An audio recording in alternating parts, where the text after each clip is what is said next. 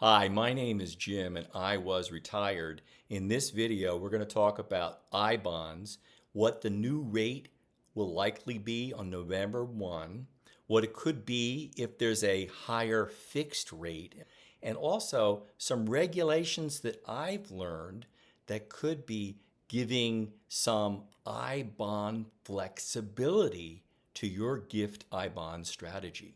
Stay tuned. If you have not yet subscribed to this channel, please do so. The more subscriptions, the more thumbs up the videos get, the higher it will be in YouTube's search algorithms.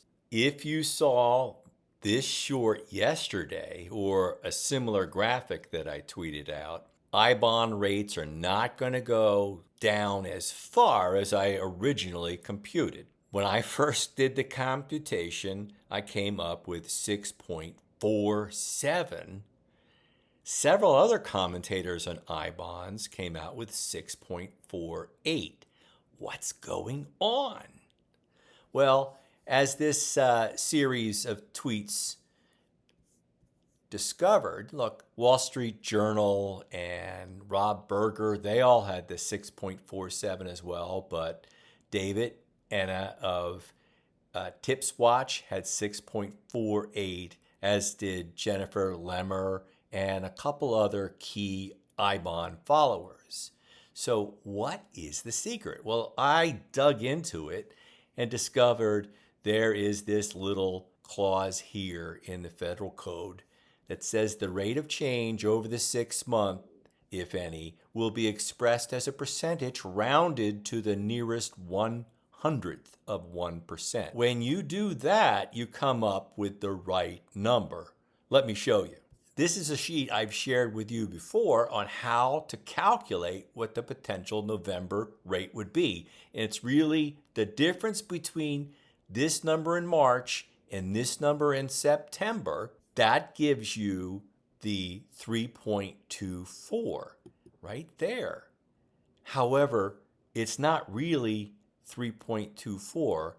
The spreadsheet is just rounding it here, but not truly rounding it. You need to insert this round command in your formula to come up with the right 3.24. And when you do that, here's the difference. You can see this. This is this one. This is that one. Here's the calculation, the official Treasury calculation of the composite rate. But if you include it here from the rounded one, it's 6.48. With the 6.48, you're seeing the 7th best initial composite rate if you buy in November.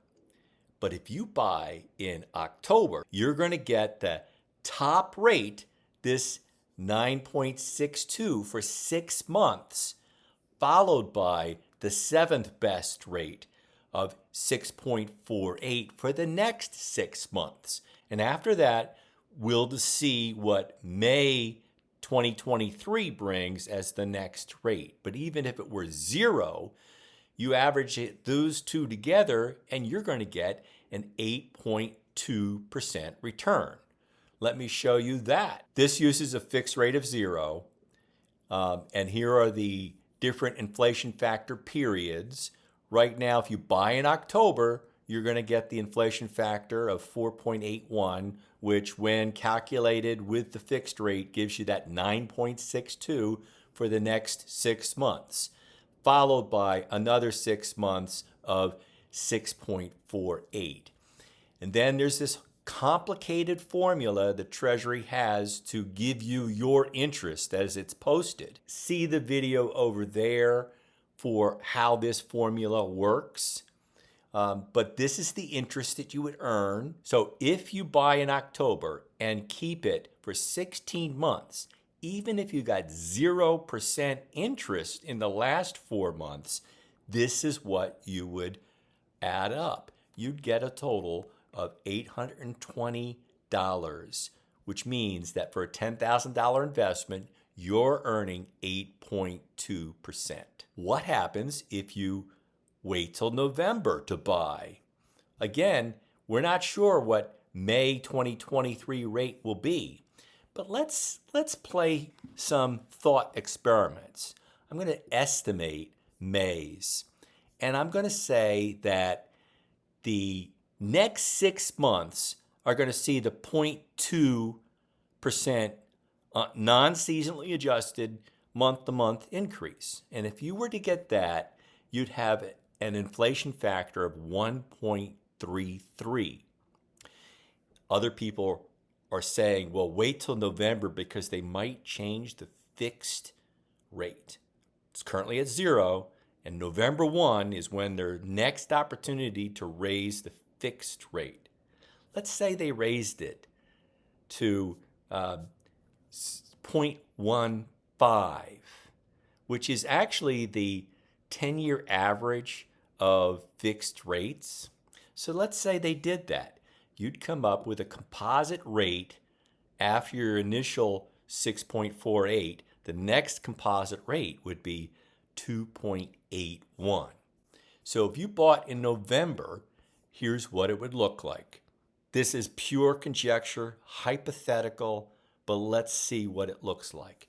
You would end up over that 16-month period of time. Again, let's assume 0 here for the last 4 months, which means you'll be surrendering close to 0. You'd be getting $476 on the $10,000 investment, or a 4.76% return if you buy in November, even with a higher fixed rate. So the argument is, buy in October, it's going to be a better deal. Let's talk a little bit about the CPI-U, the core CPI, and the PCE inflation. Remember, there are several ways of measuring inflation. The Consumer Price Index for urban workers is the one that just came out. That's the CPI-U. If you strip away food and energy from that, you get the core CPI. The Fed really uses the Personal Consumption Expenditures Index, the PCE inflation, and we're not going to get that until the end of this month. But if you go out to Cleveland Fed and look at the nowcasts, you can see a nowcast for the September PCE that shows it going up slightly to 6.3%. Again, core CPI is 6.6. One of the reasons why they look at core, it's a good proxy for the PCE. That's what the Fed uses. If you see the PCE with the nowcast of 6.3%, the latest summary of economic projections from the Fed had the median year-end PCE at 5.4. We've got a way to go to close that gap. This morning, the Michigan inflation expectations number came out, and consumers now expect inflation a year from now to be 5.1%. Now, you really need to get the Fed funds rates above PCE to start containing inflation. So we're not really sure we're over this inflation thing at all. We could be seeing additional bouts of inflation in the coming year. Initial composite rates versus the year-over-year CPI-U. I tracked this because I want to show that it's very hard for I bonds truly to be a zero rate bond, a thing that covers inflation completely. There are periods of time when the I bond does better than inflation. The initial composite rate here of 9.62% actually beat the 8.5, 8.6, I forget what this number is here, but now it's 8.2% inflation. So the October rate is beating what inflation is right now. The November rate would be undershooting what inflation is. And as you can see, there have been other periods of time when the inflation rates deviated from the initial composite rates. Why am I worried about where inflation might be with my I bonds? Well, if inflation comes down and the rate an I bond earns comes down, then I'll start to unwind I bonds. If inflation sticks around, I'm going to want to do different things. And again, if there's a fixed rate added in November, then that's a reason not to take one of my gift bonds out of the gift box and present it to my wife, and likewise. We would want to buy one of these new higher paying fixed rate bonds in November. 0.15 over 30 years gives you a little bit more flexibility. But it's important to realize that everybody's capped at $10,000 of purchase or receiving gifts. Clearly says here, the principal amount of the book entry savings bonds that you may acquire in any given year is limited to $10,000 for a Series EE bond and $10,000 for a Series I bonds. The bonds purchased or transferred as gifts will be included in the computation of this limit. Now, transferred as gifts is different, as you'll see in a minute. Bonds purchased as gifts or in a fiduciary capacity are not included in the computation for the purchaser. Bonds received due to the death of a registered owner are not included in the computation. So there's a $10,000 a person limit on the purchase or reception of a gift or a transfer. You can't have more than $10,000 worth of gifts given to you in 1 year. You cannot purchase and receive more than $10,000 worth of I bonds in a given year. So that's why you need to coordinate your gift giving with planned purchases. What is the minimum amount of a bond that I may transfer or deliver as a gift in any one transaction? Now, going through these regs opened up my eye to another strategy.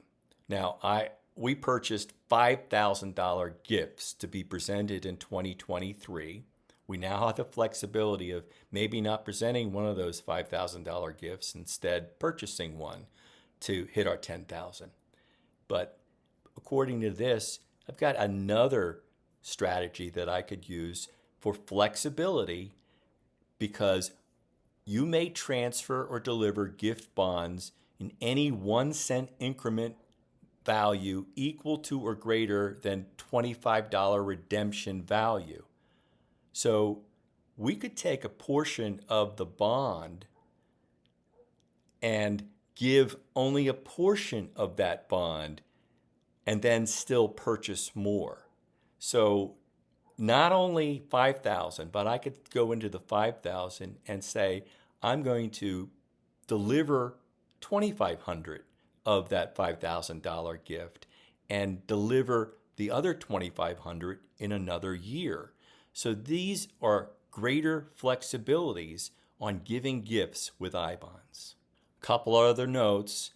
A gift delivery is not the same as a transfer. You can take one of the bonds that you purchased for you and transfer it as a gift to somebody else. Again, that transfer would also count against that person's $10,000 limit.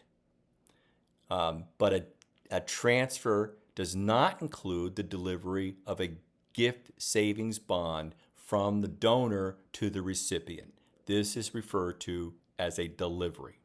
A delivery means moving a minimum amount of $25 consisting of the principal and the proportionate interest of a security held as a gift from the account of the purchaser to the account of the recipient. Fancy way of saying you can have a minimum of $25 as the delivery. And again, the principal amount means the amount of the original investment. Principal amount does not include any interest earned. So $5,000 gift bond sitting in my account, I could transfer 25 100 of the principal to Marie next year, and she would get the interest along with that in her Treasury Direct account. Now, on gift strategies, I should point out, as I record this today, the Treasury Direct has a glitch that is not letting people buy gift I-bonds if they've already maxed out in their own individual limits of $10,000. Now, clearly, the regulations say a gift for someone else does not count against that limit.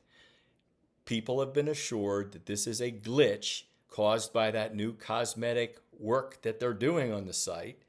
And hopefully it'll be rectified soon, because people only have a few more weeks to lock in historically high rates as gifts to be presented in future years.